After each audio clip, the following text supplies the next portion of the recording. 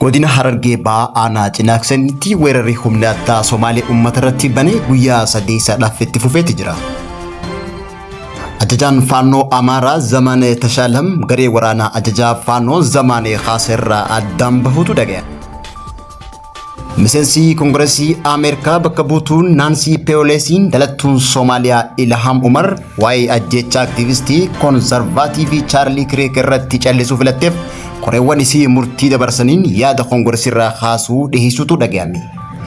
Daawwattootaa fi hordoftoota Lammii Miidiyaa kun Lammii Miidiyaadha. Lammii Miidiyaa irraa oduu yeroo kanaaf qabnu isinitti himna. Amma bal'ina oduuti. godina Harargee ba'aa aanaa Cinaaksanitti weerarri humna addaa Somaalee uummata irratti bante guyyaa 3 itti fufuu jiraattonni himan. Lola guyyaa dheengaddaa gaafa dilbataa humni addaa naannoo Somaalee godina Harargee ba'aa aanaa Cinaaksan araddaa Qaaliigaa ganda warra Sayyoo irratti banameen wiixata kaleessaa qofa lola kanaan namoonni 7 du'uu fi namni 4 madaa'u namoonni aanaa Cinaaksanitti argaman himaniiti jiru. Lolli kun guyyaa 3 guyyaa kibxataa fulbaana arraa guyyaa lolli kun guyyaa 3 kibxata fulbaana 16 bara 2025 tti guyyaa irraa itti fufuun arduma tamaam keessatti humna addaa mootummaa naannoo Somaalee namoota 3 ajjeesuudhaan nama 5 madeessanii gaala 10 ol fudhachuu maddeen Cinaaksan Lammii Miidiyaatti himan.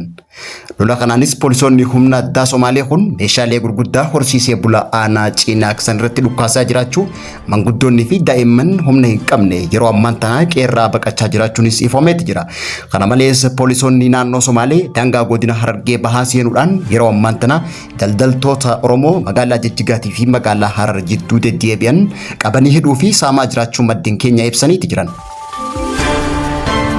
Humni shororkeessaa naannoo Amaaraa gareen hidhatee lolu Faannoon bakka lamatti wal qooduutu dhaga'ame. Ajajoonni waraanaa Faannoo Amaaraa yeroo ammaan tana hooggantoota olaanoo waraanaa waliin wal dhabuudhaan waraana gadhiisanii finciluutu dhaga'ame. Ajajoonni Faannoo garee Goojjam kanneen dargaggoota qindeessuun hidhachiisaa turan wal dhabdee ajajoota olaanoo waraanaa Faannoo keessatti uumamteen diigamaa jiraachuutu dhaga'ame. Haaluma kanaan hidhattoonni ajajaa Faannoo Zamaan Kaasee jalatti ajajamanii fi ajaja Faannoo Asraas Maaree jalatti dargaggoota qindeessuun hoogganaa turanii fi hidhachiisaa turan waldiddaa garicha keessatti dhalateen garee kana gadhiisanii bahaa jiraachuutu himame. Wallabdee tanaanis ajajaan garee Warqii fi Xilaawun Abbaajee garee tana keessaa hoggaa ba'an ajajoonni lameen garicha gadhiisan kunneen humna ijoo Zamaan Kaasee ta'uu ibsaniit jiran. Ajajoonni ajaja guddaa Faannoo Zamaan Kaaseen walitti mufachuun waraana keessaa bahan kunneenis yeroo ammaan tana waraana mootummaatti harka kennachuuf raayyaa ittisa biyyaa jiddu galeessaa eegaa jiraachuun himameeti jira. Kana malees Suyyum Zamaan dabalatee ajajoonni hedduun humna ittisaa harka kennachuudhaaf hawaasatti makamuutu dhaga'ame. Hooggansi garee Zamaan Tashaalam ja'amus garee tana foottoosee mootummaatti harka kennachuuf qophiirra jiraachuun ibsameeti jira. Akka miidiyaan GoHN gabaasetti hoogganaan kun waggaa 2 guutuu achitti kan dabarsee fi jireenya koo akkasumaan itti fufee qisaasuu hin barbaadu jedhee dubbachuu ibseeti jira. Dhiyeenya kana ajjeefamuu Chaarlis Kireek wal qabatee adda Ilaam Umar ajjechaa kana balaaleffachuu dhabuunis Ilaam eenyu akka taate sirriitti nutti agarsiiftee jirti jaan koreewwan koongireesichaa keessaa Maasiyeen ibsa kanneen dubbateeti jira.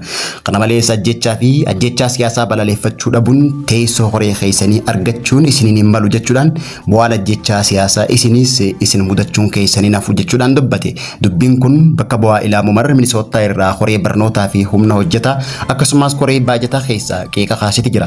Daarektarri FBI Kaash Beetal wiixata kaleessaa fulbaana 15 bara 2025 ragaa DNA bakka ajjechaan kun itti raawwatame walitti qabame irratti shakkamtoonni amma to'annaa jala jiran kana wajjin kan wal fakkaatu ta'uu himee dhimmichi ammoo qoratamaa jiraachuu ibse. Beetel itti dabaluunis qorannoon FBI itti fufee kan jiru waggaa ta'u ergamtoonni ragaa ba'oota gaafachuu fi meeshaalee forensikii daataa bilbila harkaatii fi samudaa DNA dabalatee kan qoratamaa jiran ta'uu daarektarri FBI kun ibsate jira. Egaan daawwattootaa fi hordoftoota Lammii Miidiyaa irraa oduun yeroo kanaaf qabannee dhiyaanne kanan gammaatti hordofaa turtanii turtii gaarii.